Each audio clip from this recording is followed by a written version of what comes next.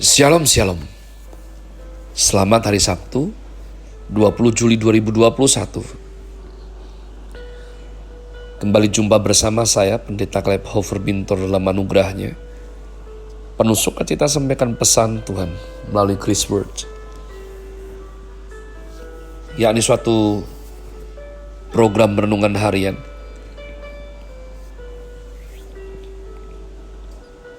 yang disusun dengan disiplin. Kami doakan dengan setia, supaya makin dalam kita beroleh pengertian mengenai iman, pengharapan, dan kasih yang terkandung dalam Kristus Yesus.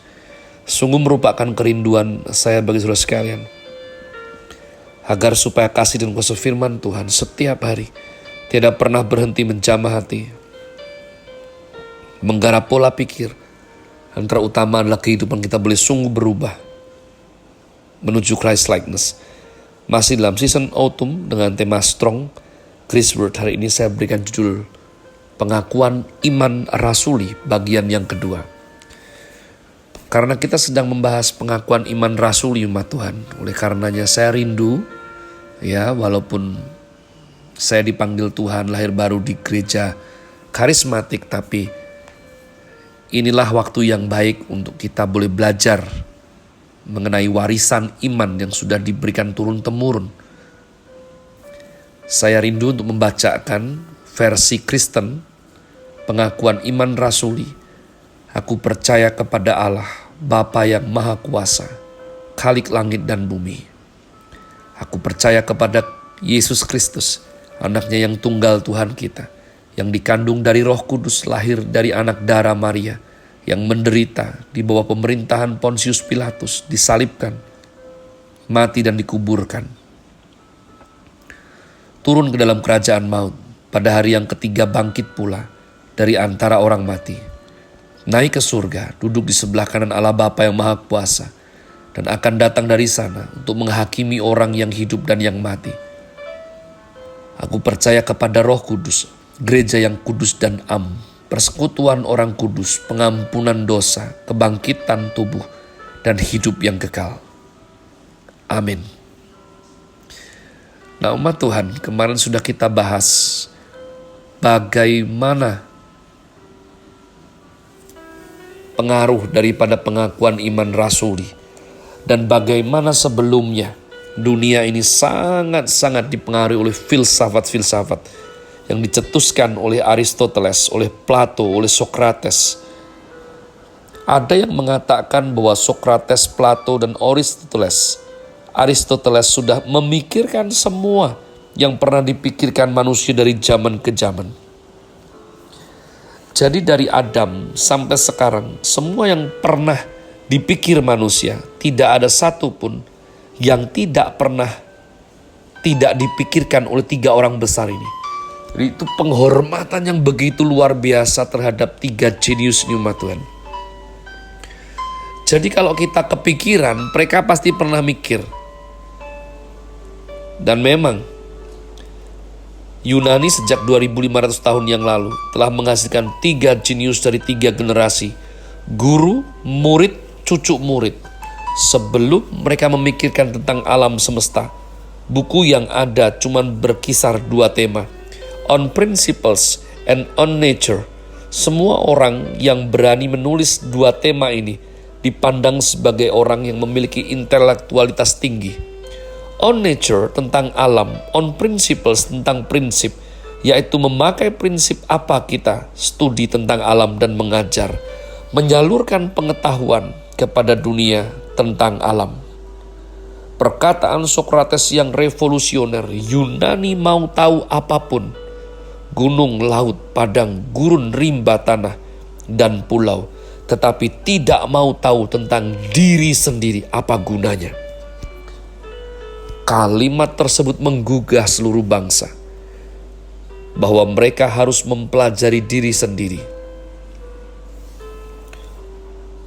Belajar gnoti, seuton, yun artinya know yourself. Pasca Socrates, filsafat tidak berhenti di kosmologi, mulai menelusuri antropologi, etika, interpersonal relationship, metode masyarakat.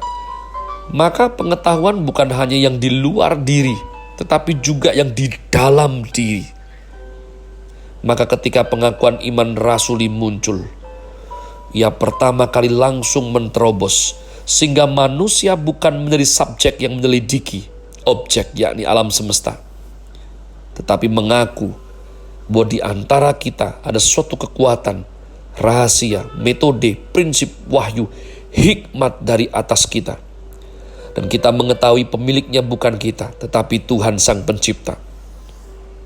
Maka selain dunia yang kita lihat, kita harus menemukan suatu penyebab di luar alam semesta yang lebih tinggi levelnya daripada diri kita sendiri.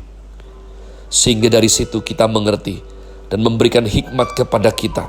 Hikmat itu membuat kita mengerti bagaimana mengetahui dan menyelidiki alam semesta.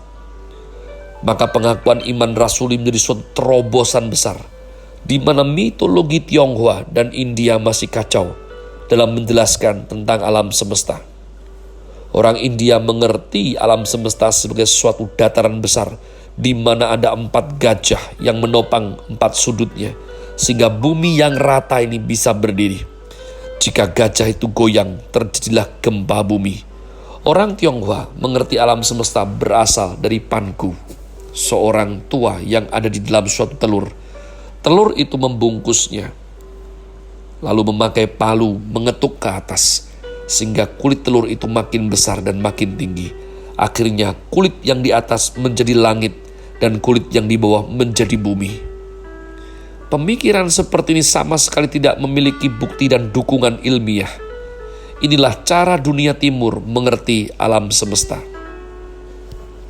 Sekitar tahun 585 sebelum Masehi, Thales, orang pertama di dunia filsafat Gerika, berani mengatakan, pada tanggal 28 Mei 585, kalian tidak akan melihat matahari. Orang-orang mentertawakan, menyindir, menghina dia. Tetapi tepat pada hari itu, apa yang dikatakannya terjadi. Mereka terkejut dan bingung. Bagaimana Thales tahu hal tersebut?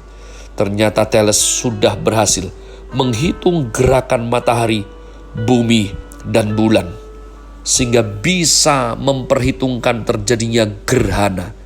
Maka gerhana sudah diketahui oleh manusia sejak 500 tahun sebelum Tuhan Yesus lahir. Tetapi ini adalah suatu pengertian, penelitian, dan penyelidikan dengan sistem tertutup. Sampai di zaman Isaac Newton, ia masih mempergunakan sistem tertutup untuk mengerti alam semesta. Barulah di abad ke-20, ada seorang filsuf, Thomas Kuhn, berkata, kita perlu paradigm shift, hingga ada metode dan konsep baru yang berbeda. Konsep dan paradigma yang berubah memerlukan sistem terbuka. Suatu sistem terbuka menyebabkan kita mengerti segala sesuatu dan tidak lagi diikat. Orang yang diikat oleh konsep teologia tertentu tidak mungkin mengerti Alkitab. Orang yang diikat oleh konsep komunisme tidak mungkin mengerti demokrasi. Orang yang diikat oleh konsep feodalisme tidak mungkin mengerti dunia modern. Orang yang diikat oleh pemikiran agamawi tidak mungkin mengerti rahasia Allah Tritunggal. Sistem tertutup mengikat dan mematikan pikiran dan pengertian manusia, sehingga manusia menjadi budak dari sistem tertutup seumur hidupnya. Ketika masih awal-awal belajar, saya terus memikirkan gereja bagaimana seharusnya. Akhirnya, saya berjuang untuk memahami apa yang diajarkan Alkitab tidak sama dengan apa yang kita terima dari pendeta-pendeta tua. Pendeta-pendeta yang lebih senior. Maka untuk berani menerobos yang sudah terbiasa selama ini, perlu paradigma kebebasan. Ketika kita belajar, ketika kita mencelidikinya, tentu saja dalam terang Roh Kudus, Tuhan ya. Sistem terbuka pertama bukan dari Thomas Kuhn, tetapi dari pengakuan iman rasuli. Dengan butir pertama, aku percaya kepada Allah Bapa yang Maha Kuasa, Khalik langit dan bumi. Dalam butir ini, kita melihat terbukanya suatu sistem baru untuk manusia yang melampaui pemikiran Yunani. Orang Yunani berkata setelah melihat alam semesta, tidak ada lagi yang lebih daripada itu. Tetapi saat orang Kristen melihat alam semesta, melihat ada Allah di atasnya yang menjadi Bapakku, ialah Sang Pencipta. Sang Allah Bapa yang memberikan hidup baru padaku, maka aku disebut anaknya. Jika dibandingkan dengan mitologi Tiongkok Pangu dan mitologi India 4 gajah, kita segera melihat dan perlu memaklumi bahwa mereka tidak memiliki wahyu Tuhan. Mereka bahkan tidak mengerti bahwa bumi ini bulat. Setelah Magellan mengitari bumi 1 kali, atau ketika Columbus menemukan benua Amerika, barulah manusia mengerti bahwa bumi ini bulat. Setelah Vasco da Gama, Columbus dan Magellan, barulah orang percaya bahwa apa yang dikatakan oleh Kopernikus benar adanya. Bahkan kemudian Kopernikus memberitahukan kita bahwa bumi yang mengitari matahari, bukan matahari yang mengitari bumi. Bukan bumi pusat segalanya, matahari yang pusat daripada galaksi Bima Sakti di mana kita ada. Namun semua ini baru bisa dimengerti setelah orang menerima dan mengerti Alkitab, mengerti Sang Pencipta sebagai unsur paradigma yang baru, unsur sistem terbuka yang dimungkinkan. Aku percaya kepada Allah Bapa yang Maha Kuasa, Khalik langit dan bumi. Saya berdoa supaya engkau mengerti betapa satu butir ini merupakan mutiara yang berharga sekali bagi iman Kristen umat Tuhan. Have a nice day. Tuhan Yesus memberkati saudara sekalian. Sola Gratia.